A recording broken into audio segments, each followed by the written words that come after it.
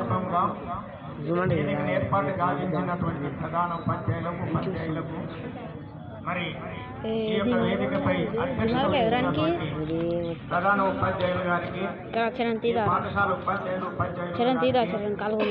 మరి గ్రామం నుంచి వచ్చిన మాజీ సర్పంచులు ఎంపీటీసీలు వార్డు సభ్యులు గ్రామ పెద్దలు యువకులు ఈ యొక్క పాఠశాలలో చదువుతున్నటువంటి విద్యార్థులు విద్యార్థినులకు ముందుగా నా యొక్క వందనాలు తెలియజేస్తూ మరి మన భారతదేశంలో ఒక్కొక్క రాష్ట్రంలో ఒక్కొక్క పండుగ చేసుకుంటాం. మరి యావత్ భారతదేశం మొత్తం చేసుకునే పండుగ రెండు. మరి మీ అందరూ కూడా తెలిసి ఉండొచ్చు. ఆ పండుగలు ఏమేమి పండుగలు చెప్పగలుగుతారా?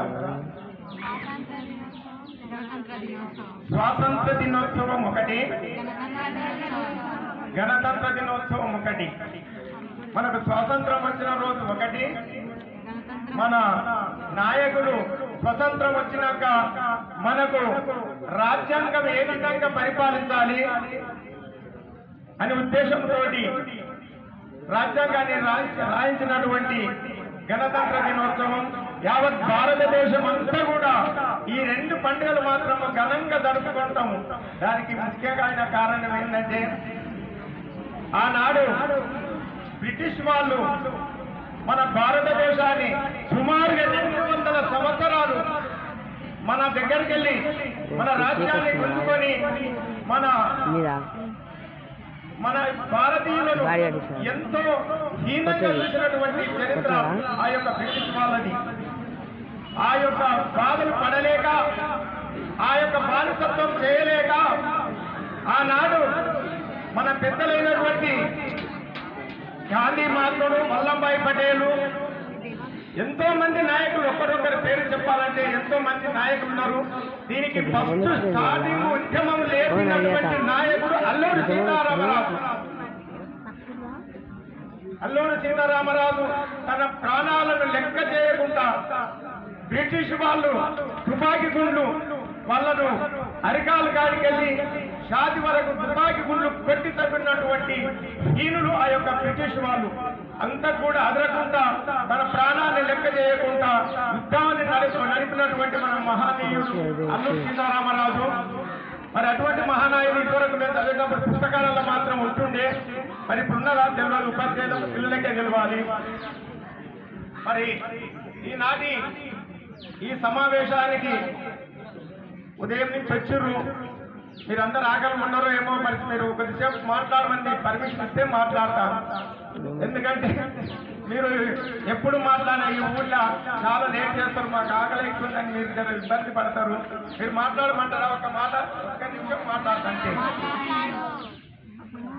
ఆనాడు 200 సంవత్సరాల క్రితము మన బ్రిటిష్ వాళ్ళు మన దేశాన్ని ఆక్రమించుకొని మన ధనాన్ని అంతా కొల్లగొట్టి వాళ్ళ దేశాలకు పంపించారు.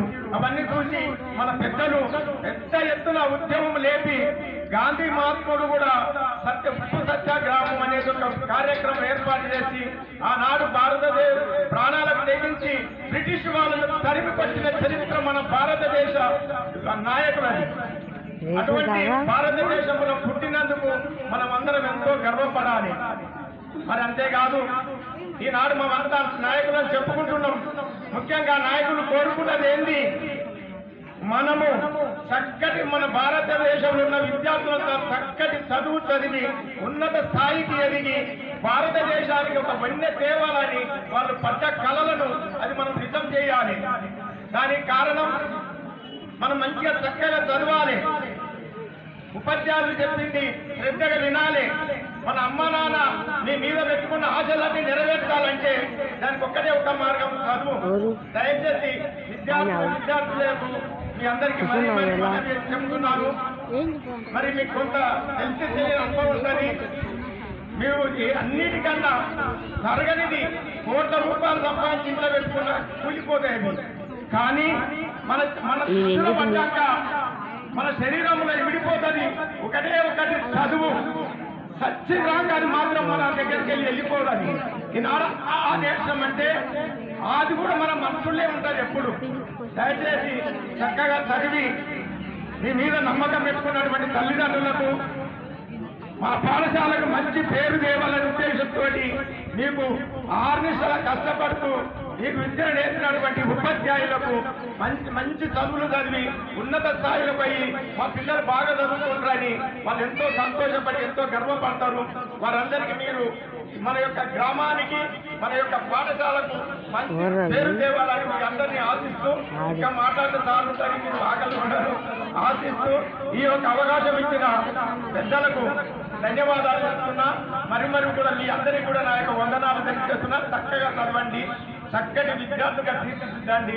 మరి ముఖ్యంగా విద్యార్థి ఈనాడు కొద్దిగా బానిసలుగా తయారైపోరు. ఒక మత్తుకు చిన్ననాటి నుంచే ఒక మత్తుకు తయారై బానిసలు అయిపోతున్నారు. దాన్ని దృష్టిలో పెట్టుకొని దాన్ని మీ మైండ్కి వెళ్ళి తీసేయండి. విద్య మీద శ్రద్ధ ఉంచండి.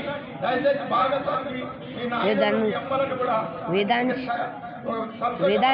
చేస్తారని ఆశిస్తూ ఈ అవకాశం ఇచ్చిన పిల్లల అందరికీ మరొక వందనాలు తెలియజేస్తున్నాను.